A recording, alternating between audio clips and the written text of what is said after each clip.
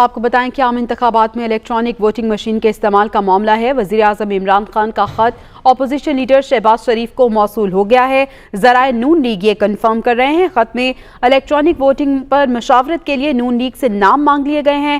وزیر اعظم کے خط پر نون لیگ نے مشاورت شروع کر دی ہے۔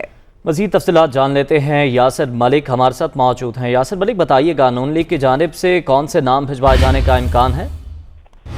جی دیکھیں، آئندہ عام انتخابات میں الیکٹرانک ووٹنگ کے استعمال کا یہ معاملہ ہے۔ وزیر اعظم عمران خان کی جانب سے اپوزیشن لیڈر کو لکھے گئے خط جو ہے وہ اس وقت اپوزیشن لیڈر کو موصول ہو گیا ہے، اور ذرائع مسلم لیگ نون نے یہ کنفرم کیا ہے کہ جو وزیر اعظم کا خط ہے وہ مسلم لیگ نون کے صدر شہباز شریف کو موصول ہو گیا ہے۔ خط میں الیکٹرانک ووٹنگ مشین پر مشاورت کے لیے مسلم لیگ نون سے نام جو ہے وہ مانگے گئے ہیں۔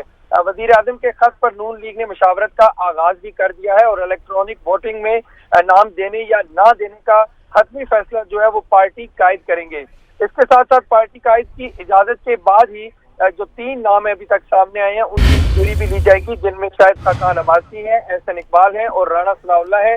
لیکن باضابطہ منظوری جو ہے وہ جو پارٹی قائد ہیں میاں محمد نواز شریف ان سے لی جائے گی، اور اس کے بعد پھر حکومت کو بھجوائے جائیں گے۔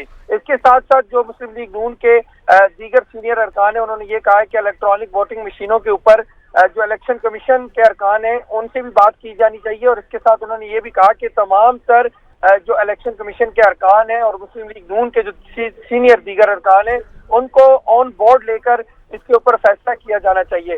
اس کے ساتھ ساتھ یہ بھی ڈسکس کیا جا رہا ہے مسلم لیگ نون کی جانب سے، چونکہ اب جب یہ ڈیمو دیا گیا ہے الیکشن کمیشن کو اور الیکشن کمیشن کی جانب سے ریفیوز کیا گیا ہے ان مشینوں کو، تو اس کے اوپر بھی تبادلہ خیال مسلم لیگ نون کے اندر کیا جا رہا ہے۔ مختلف امور پر نون لیگ میں اس معاملے کو لے کر مشاورت چل رہی ہے۔ یاسر ملک، آپ کا شکریہ۔